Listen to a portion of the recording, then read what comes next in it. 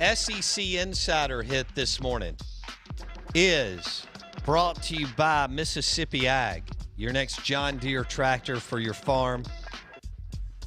Hunting camp. Well, you know where to go. Mississippi Ag, John Deere, America's tractor. 2 locations in the metro area, Canton and Pearl. 16 total. You want to find one that may be a little closer to you, you want to go to agup.com. Mississippi Ag, John Deere tractor text line, 601-885-ESPN. We'll have Steve Robertson at the Y'all Lifestyle Shop tomorrow from 11 a.m. to 1:30. So it's a lunchtime book signing for Alpha Dogs. You know, where he interviews guys like Rafael Palmeiro and Eric Moulds, among many others. So some MSU greats in the book, Alpha Dogs. Book signing with Steve Robertson at the Y'all Lifestyle Shop in the Township tomorrow, 11 a.m. to 1:30 p.m. For whatever reason, Blake, I've been getting my days mixed up this week. At first, I thought it was Thursday, and it's Wednesday, so I'm still okay. It's felt like a weird week. Yeah. I think just the not having games last weekend the way we thought, and then the ever-changing kind of state of affairs with our scheduling and all that, it's tough. It wears on you, man.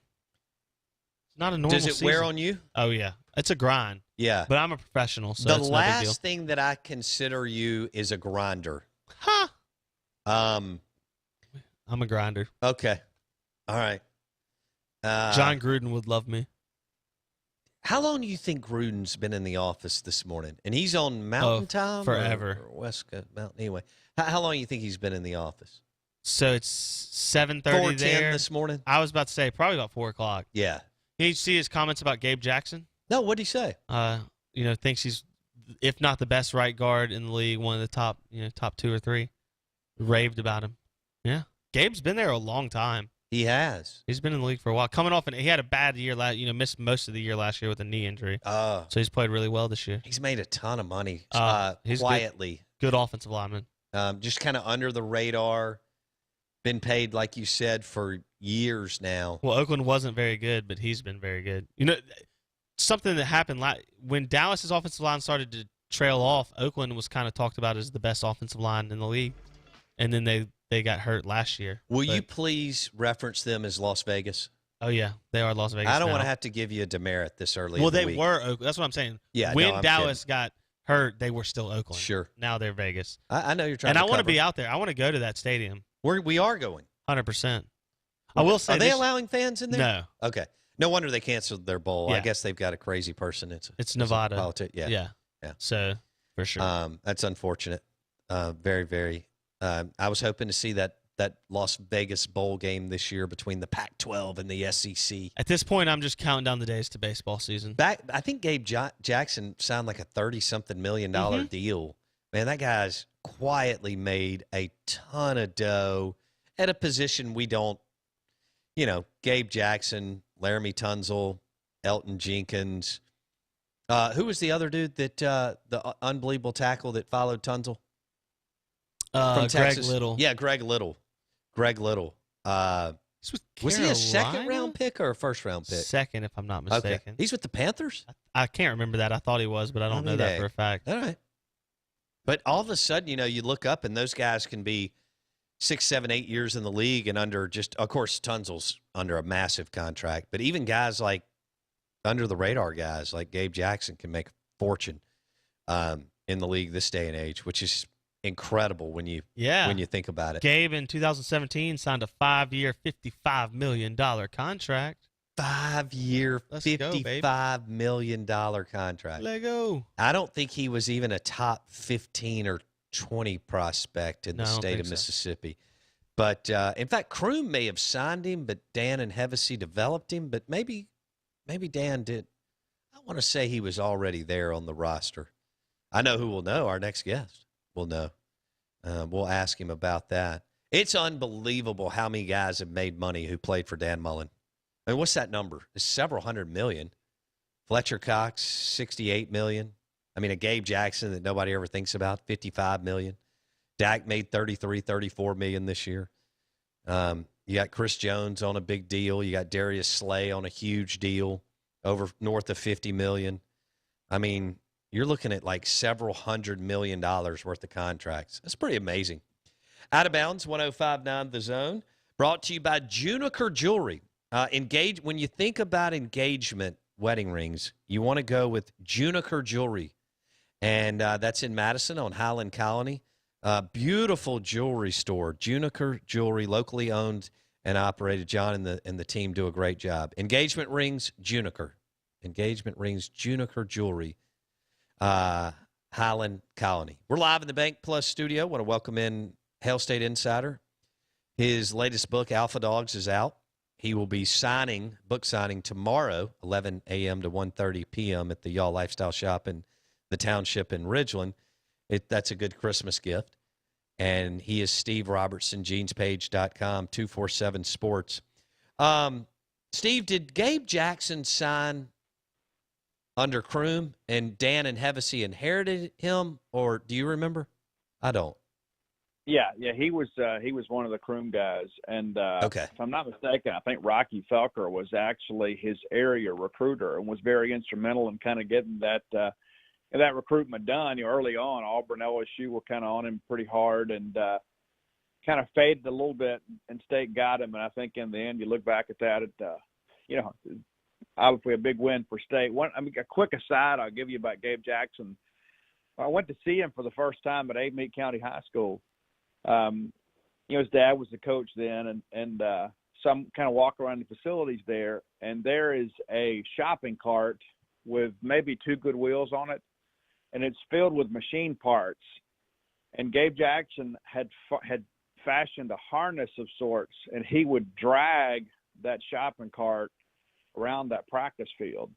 And so when I hear this talk about people that say, we don't have facilities or we don't have this.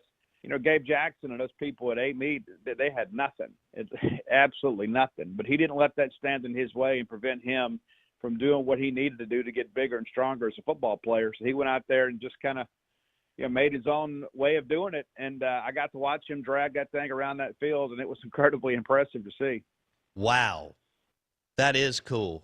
Talking about was he a top 10 guy? He was light. You just mentioned 2 other programs, which are good programs, but was he in the top 10 or 15, or was he outside of the top 10 or 15? Yeah, he was a mid-teens guy then. And okay. He was rated as a 3-star. Okay. And I went and watched him play against Towertown in person, and shot from the sidelines because I was afraid the press box was going to fall through if I stood on top of it. But yeah, he was incredible. And despite the fact that they lost the ball game by a sizable margin, Tubby Lewis was a quarterback as a junior then for Towertown. There's Gabe Jackson's out there in a game where the deficit's gotten away from him, and he's, driving people into the sidelines and plowing people into the ground. And that's a measure of a great player. What do they do when their team is losing? Mm-hmm. Do they quit? Do they go into a shell? But Gabe Jackson, still doing it at a big level at the highest level. Steve Robertson on the Out of Bounds show and the Abita Andy Gator guest line, talking actually the better times of Mississippi State football. Who would you say was the most and count Gabe in, because I think you got to give Mullen and Hevesy credit for developing some of those guys that they inherited, like Gabe Jackson and like KJ Wright. But anyway, KJ a little bit probably highly more recruited. Anyway, who do you think was the most under-recruited, but Mullen was able to get them to the NFL? Like, would you go Benardrick McKinney, Jonathan Banks? What guy would you go with that was under-recruited to end up in the NFL under Mullen? Well, I think you could make an argument for BMAC, and that a lot of it's because he was kind of nestled up there in an under-recruited area. But I think the one guy that I look at that everybody saw on film is Preston Smith, out of Stone Mountain, Georgia. He was a 2-star kid, and it was so ridiculous. Could not get that kid elevated in the rankings no matter what I did. No matter what his film looked like. It's like people just weren't sold on him, and now he's one of the elite pass rushers in the National Football League, and you give David Turner a lot of credit for that. But, yeah, that's one of those guys that, Mullen and them really kind of found value in the bottom 10 players of their class. Everybody signs 10 or so good players that everybody kind of wants. But what took Mississippi State to number one back in 2014 was getting those guys like Bernard McKinney that nobody else wanted, and getting guys like Preston Smith that everybody undervalued, and then making them bona fide SEC stars and get them to the National Football League. Mm-hmm. Someone just asked about Mississippi State D-line commitments for 2021. This guy says they don't have any. Currently no DT commitments, not D-line, DT commitments in 2021. One, Steve, is that true? Two, where are they going, and should they be concerned there? The answer is he is correct. There are no DT commitments, and the reason is because they feel good with where they are. You got Cameron Young, you got Jaden Cromartie, you got Nathan Pickering, you've got some guys that are kind of developing, and they're so young at the position. Unless they could find the difference maker this year, they weren't going to go sign a defensive tackle. And so, not to mention, you make a change in alignment, going from the 4-3 to the 3-4, and so that position's not as emergent. But no, not going to expect to see any defensive tackle signed in the class. They've got Trevon Marshall signed as committed as a defensive end, expected to take 2 more. Would like to get an older defensive end if they could, because that'll generate some pass rush with Kobe Jones and Marquis Spencer moving on. But could be a 3 high school DN class. But no need to panic there. Got plenty of numbers there coming back, and I think everybody feels good about the players they have there. And we've seen Jaden Cromartie and Nathan Pickering; they're future stars in this league, and kind of already beginning to mature. So that position just not as emergent. They'll address it next year with a high school guy or two, but nope, not that's not an oversight on his part, and it's not any recruiting failure. They just didn't see a need at that position this year. Interesting. Okay, Steve Robertson on the Abita Andy Gator guest line. You're listening Out of Bounds, ESPN 105.9 The Zone. Let's switch gears. Reggie Perry, Robert Woodard Jr. There's all kinds of back and forth here on which way this could go for them tonight. What do you think, Steve? One or both in the first round, or they slip, or who knows? I think Robert Woodard has the best chance of going in the first round. I think they both have a chance to stick. That's the thing with Reggie Perry. He is such a dynamic athlete. If somebody gets him in the second round, and I suspect that's the way this thing goes, I think he is so skilled that they'll feel like they've got a steal and they'll stick with him. But I think both of those guys will kind of end the drought for Mississippi State when it comes to the NBA draft. I think Robert Woodard, because of his ability to hit the outside jumper and shoot the three, and his ability to crash the boards, I mean, he's just a relentless competitor. I think his makeup is probably better long term. I think he does the grunt work, which makes him a first rounder. I think Reggie Perry is a guy that ultra talented, but at times kind of disappeared in games, and I think that kind of comes to home to roost in the NBA draft. They're not gonna sign guys that aren't consistently putting out. And Reggie had some good stretches at Mississippi State, certainly, but I think Robert Woodard, by and large, probably played with more effort throughout his career at State. Yeah. All right, back to football. Do you think KJ Costello will just be the backup the rest of the year? How do you see this at the quarterback position? I think it depends on what happens this week. I think Will likely start.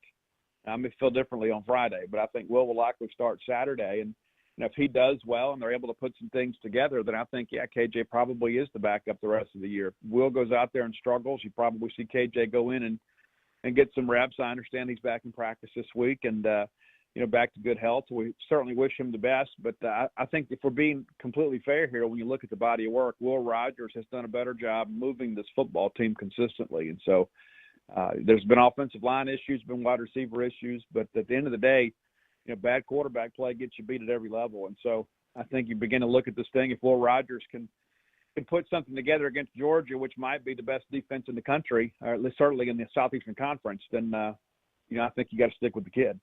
All right. And that's a Saturday night kick? That's correct. Saturday night kick. And do they feel like much better or just a little bit better about their numbers this week compared to, I think Vanderbilt was pretty close to, maybe not playing, and then they obviously didn't play Auburn last weekend. How do they feel about the numbers midweek going into Georgia? I feel much better because a lot of those guys were out for contract tracing rather than positive test. A lot of guys, we talked about this before, where, You got one guy riding in a car that tests positive, well, then everybody else in that car has got to sit out, just due to contract tracing. And that's really what limited State last week. And then, you had the situation where you had some guys test positive on the offensive line, and because those guys live together, room together, and eat together, some other guys were out for contract tracing. It took you down to 6 scholarship offensive linemen, and you're just not going to be able to compete with those numbers. And so I understand there's some room to spare there. And, of course, they're not at full strength because they've had some opt-outs and some dismissals. But, as far as what they have, now they'll be above the threshold, and, we'll see how things go. Now, walk me through how many freshmen they're playing on offense. Will Rogers, the 2 running backs, Jaden Walley. Yeah, and then you've had some guys, some freshmen that have played on the offensive line too. No true freshmen, but you've had some other guys out there. You mentioned Will Rogers and Jaden Walley. I think when you go look at those numbers, what those guys have already begun to put together, there's a rapport there. Jaquavius Marks already has set a school record for receptions by freshmen. He's the leading receiver on the team right now. And granted, the average catch is about 4 yards. So they're checking it down a lot, but. There's a young nucleus of players that I think they feel good about at the skill positions that it's going to have an opportunity to develop. Tulu Griffin's a guy that played some on kick returns, and I understand it. A lot of it with him is just, how quickly he can pick it up. But you'd like to think they could put a package together of some sorts, even if it's just a couple plays to kind of get him out here and utilize that speed. And, we'll see what happens. But I think they feel good about where they are with those young guys. And it's interesting, I had a conversation with a staffer here about 2 weeks ago, and said, a lot of these younger guys are kind of advancing at a higher rate than some of the veteran players. They kind of attribute that to the fact is, well, they don't know any different. All they know is, the current coaching staff's way of doing things. And so they've embraced that and said, okay, well, this is what playing in the SEC is. This is what you're required to do. And guys that have kind of been through 3 coaches now, all of a sudden you're doing things at a more rapid rate. You're not having these long 15, 20-minute water breaks and things like that. And so some of those guys, it took them some time to acclimate. But these younger guys, these freshmen have come in and said, okay, let's go. This is what SEC football is about. And I think that's why you've seen guys like, Jaden Walley really, really thrive early in this offense, just because of the fact that he didn't know any different. He didn't know that, okay, well, this is a change from what it was last year. This is what I've got to do to play. Mm. Yeah. How would you describe Jaden Walley? How about this? 2 years from now, what could Jaden Walley be? Oh, I think he can be a star in this league, and I'll be honest with you, he's well ahead of schedule from what I expected. He played some wide receiver in high school, but because he was the best athlete on the team, he played quarterback a lot. And then, by midway through the season last year, after the loss to Picayune, and they moved him back out to receiver because they wanted to be able to kind of get him out there and let him make some plays. And then watching him at Mississippi Alabama All-Star practices last week, he said, what, this kid can do it. He's not a safety. He's not a gadget quarterback. This guy's a bona fide receiver. And Will Rogers played in that game with him. And I think that's when kind of the foundation was laid for this relationship. And I think those two have an opportunity to grow together. But no matter who the quarterback is at Mississippi State, I think Jaden Walley has already shown, even as a true freshman, that he has what it takes to be successful. What is the back end of the secondary? How many walk-ons are they playing back there? Well, they're not other than London Kraft, they're not playing anybody. And this looks like C.J. Morgan is now back active. Now, how effective he could be will be interesting. He has practice this week. Sean Preston's the guy and that's another Mullen get right there. The Sean Preston signing out of St. James High School. This is another guy too. A lot of people kind of slept on, and I think he's probably State's biggest hitter in the secondary. He's going to have some more opportunities. Landon Guidry is a guy at Tennessee that has played a lot. So, London Kraft is the only walk-on the 2 deep right now in the secondary. Sean Preston was a signee, not a walk-on? Absolutely. Okay. Yep. All right. And so you got Martin Emerson and Emmanuel Forbes, the true freshman, playing corner? Correct. That's your 2 starters. And then, Ferge is a guy that's he's a signee out of Clarksdale. He was a starter till Forbes won the job. And it's incredible, too, to see Forbes. You had some busts in the secondary the first couple of weeks, and a lot of those were on Ferge's side, some miscommunication between he and the safety. But you hadn't had that with Forbes. Forbes has been everything we expect him to be and more. And he's another guy, too, I really would consider kind of ahead of schedule. But Yeah, I mean, I think they feel good about the secondary moving forward because you've got so many young guys out there that are expected to be back. Okay, so Forbes is a freshman. Did you say Furge? Yeah, Asas Furge out of Clarksdale. And what year is he? I believe he's a redshirt sophomore. Okay. But, with this year the way that it is, I mean, it's like, it's the mulligan year for eligibility. So, everybody's at least got another year left. What is Emerson? Martin Emerson's a true sophomore. Okay. And then this year doesn't count against him, So I don't think he hangs around for 3 more years. I think he'll be in a National Football League. But, yeah, I mean, he's a guy that earned starting reps as a freshman and has stayed there. And that's one thing you look at, too. I mean, you look at that secondary, Tyler Williams opts out for the season. Jerry and Jones transfers. Again, those are 2 guys who were expected to be on your 2 deep, and then they're kind of having to figure this thing out as they go. But I think with Emmanuel Forbes coming in and probably being a little bit better than advertised, they've been able to kind of navigate that without a lot of issue. Steve Robertson on the Out of Bounds Show, 105.9 The Zone, ESPN. We're talking Mississippi State football. They'll take on Georgia this weekend in Athens. Is this the second time they've gone to Athens in a row? Didn't they go in 2017 or something? 2016? You're correct, yeah. And if you look at the history, more times than not, this game has been played in Athens. State is, doesn't play a lot of teams from the SEC East, regularly. But you look historically, that Georgia has not made many trips to start with Mississippi. Yeah, I remember Mullen beat them in 2010. I think you kind of argue that was the turnaround game when Whitley nailed that dude on the goal line. It looked like it could get out of hand, and then Mississippi State drove down it. That was kind of his, I don't want to, maybe not signature win, but a huge win to get them to the to the Gator Bowl, Steve. Yeah, and the play you're talking about is Washaun Ely, who at the time was the Georgia State record holder for touchdowns, and he was supposed to be, every of those guys get hyped. He's supposed to be the greatest thing since Herschel Walker, and he was never the same after that. After Nico absolutely destroyed him at the goal line and recovered that fumble, Washaun Ely eventually dropped down the depth chart and never really regained his form, and eventually transferred from the University of Georgia. I did not realize that. Wow. All right, Steve, appreciate you stopping by. Thanks, man. We'll see you tomorrow. Steve Robertson, his new book, Alpha Dogs, is out. Book signing tomorrow, 11 a.m. to 1:30 p.m. at the Y'all Lifestyle Shop in the Township. Looking forward to that. Again, Alpha Dogs, new book out. He will be signing those books at the Y'all Lifestyle Shop in the Township by Nukes tomorrow during lunch, 11 a.m. to 1:30. We're live in the Bank Plus studio. Steve joined us on the Abita Andy Gator. That's delicious beer. Chef Craig, one of my good friends, loves Abita Andy Gator. Whenever I'm in his suite in Starkville or at his house in Starkville, he's always got Abita Andy Gator. That's another good beer to I don't know what it is about Abita, but the pecan ale, the amber, I mean, they've just got a number of beers that are great to both sip on and cook with. Out of Bounds, live in the Bank Plus studio. Bank Plus, it's more than a name, it's a promise. Hour number 3 coming up. We're going to have a big Boar's Head game day spread at 9:30.